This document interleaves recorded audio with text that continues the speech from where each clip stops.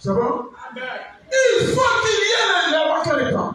Sinon, pas adoration. Donc, quand les gens disent que non, on n'a pas besoin des sages d'église, il faut s'interroger. Est-ce que cet homme-là, il est vraiment homme? Est-ce que ces 200 francs font 10 francs?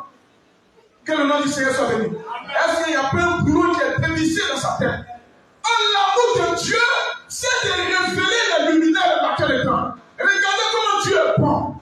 Il envoie le soleil pour tout le monde, il envoie la lune pour tout le monde, il envoie l'étoile pour tout le monde. Ça prouve que c'est l'amour de Dieu. Parce que si Dieu n'aimait pas l'humanité, de façon générale, il ne permettrait pas qu'il y ait le vainqueur des temps, dit amen, frère. Il ne permettrait pas qu'il y ait le soleil, il ne permettrait pas qu'il y ait une lune, il ne permettrait pas qu'il y ait les étoiles. Que le nom du Seigneur soit béni.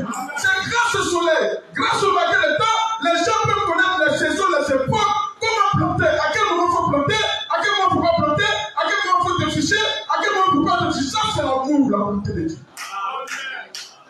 C'est parce que Dieu aime les hommes qu'il a positionné ces vainqueurs des temps-là de façon naturelle.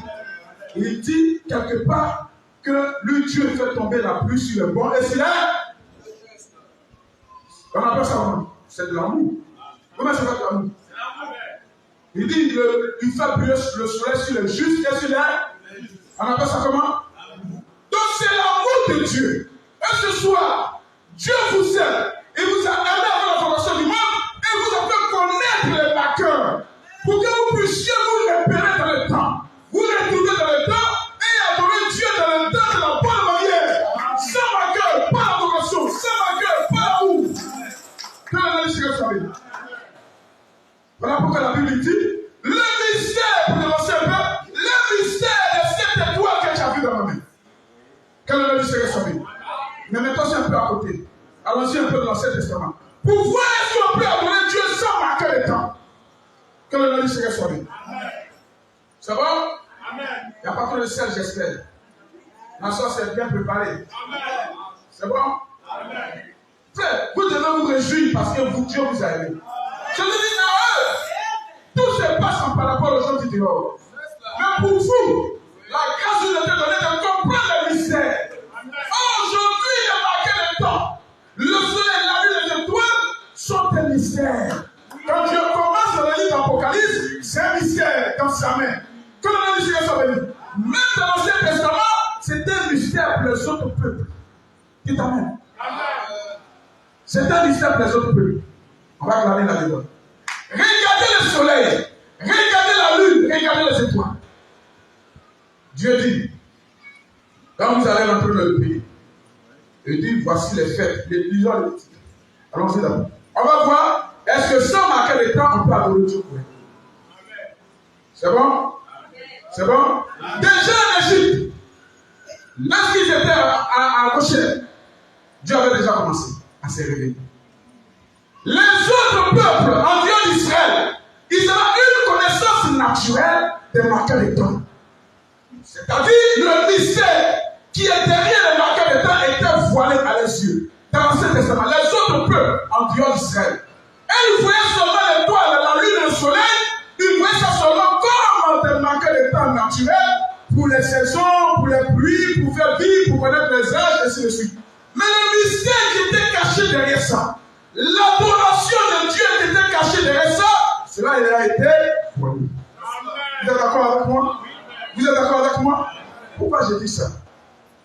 Dans l'Ancien Testament, Lévitique chapitre 23, Dieu dit, voici les fêtes que vous allez faire en mon honneur. Vous êtes d'accord? Il y a combien de fêtes dans l'Ancien Testament? Il y a combien de fêtes? 7 fêtes, n'est-ce pas? Le premier mois, c'est pas ça?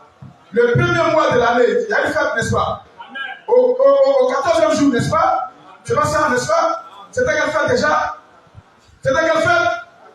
Oh frère, pour les professeurs, il y a chassé de la scène.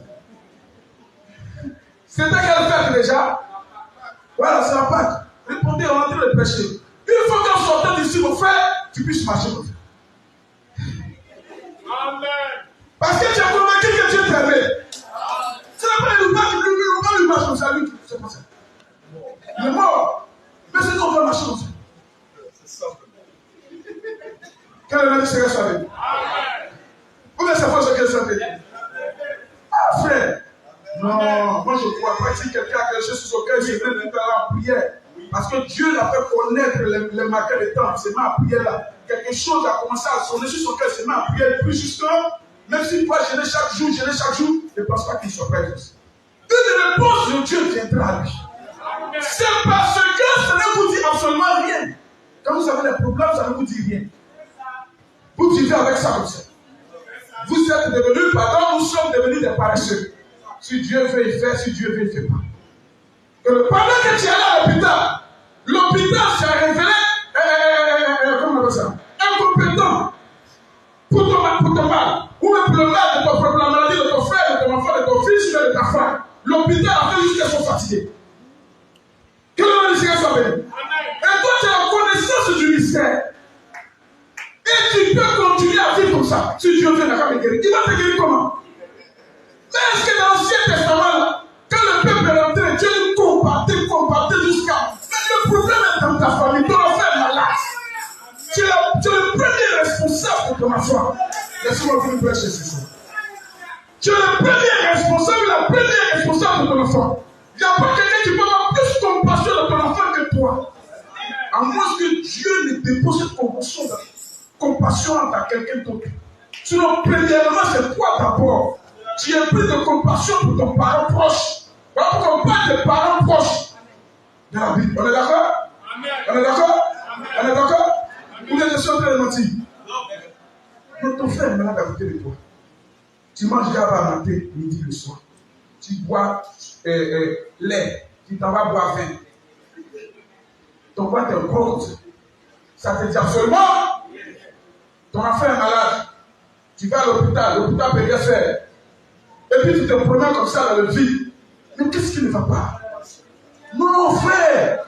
Mais c'est l'ennemi qui a dit vous allez combattre jusqu'à repousser l'ennemi. Mais la maladie, c'est un ennemi. C'est pas un ennemi. Mon frère, tu vas commencer à dire que ce n'est pas normal. Seigneur, moi je vais à l'église. Tu m'as révélé le marqueur de temps. Tu m'as montré la vérité. Que le nom du Seigneur soit béni. Je paye les dîmes des offrandes. Chaque jour, je me déplace pour aller à l'église. Mais je ne comprends pas pourquoi maintenant, mon enfant est malade jusqu'à ce point-là. Ce n'est pas normal. Ça va frapper ton cœur. Ton enfant même va te condamner au jour du jour. Parce qu'il était malade, tu n'as rien fait. Tu as passé ton temps à rond. Tu dors, tu ronces. Mais prends des jours de jeûne. Je vous ai dit quand je prêche le message. Prends des jours de jeûne, ta femme et toi. Chérie, dans la semaine, on va faire un jour, 2 jours de jeûne. On va prier chaque semaine jusqu'à ce que Dieu nous dise un mot. Sur notre enfant, sur notre situation. Pourquoi je ne comprends pas? Dieu doit dire ça. Est-ce que c'était Dieu déjà à propos? Est-ce que tu as fait un propos? Ou bien tu as fait un soulier? Tu as fait un soulier? Où est l'évêque? C'est pas ça? Est-ce qu'on a fait un soulier? Non. On attend tout du pasteur, l'évêque. Alors que toi-même, frère de la dit, il y avait une femme qui avait son enfant. Oh, vraiment, ça, c'est fort. C'est en train de m'envoyer un peu loin de la prédication. Mais je vais éveiller votre conscience parce qu'on est resté un peu dans le message comme dormant. Est-ce que vous comprenez bien? Comme dormant. Est-ce que vous comprenez bien? C'est comme quelqu'un qui a un chèque et qui n'encaisse pas le chèque. Ce n'est pas normal. Moi, je suis marié avec ma femme. 1 an, 2 ans, 3 ans, 5 ans. Et puis, elle n'apprend pas pourquoi. Et puis, je n'ai pas de réponse pourquoi. Je ne peux pas m'attendre parce que je suis aussi un croyant. Que le nom du Seigneur soit béni. La femme de Samuel, la maman de Samuel a dit que ce n'était pas normal. Chaque jour, elle partait au temple pour prier. Mais toi, ça te dit absolument. Donc, dès que ça te dit absolument rien, ça va prendre le temps. 1 an, 2 ans, 3 ans, 4 ans, 5 ans, 6 ans, 7 ans, 8 ans, 9 ans, 10 ans, les cheveux blancs commencent à venir. Au fur et à mesure que ça prend le temps, il faut encore plus de grande foi. Parce que tu commences à devenir vieille. Là, maintenant, il faut avoir la foi de Sarah. La foi de la maman de Samuel, là, tu n'as pas eu. C'est pour ça que tu vas voir. Quel est l'homme du Seigneur soit béni? Quel est l'homme du Seigneur soit béni? Non, frère, ne laissez pas l'ennemi vous vaincre. message. Nous avons le Dieu tout-puissant.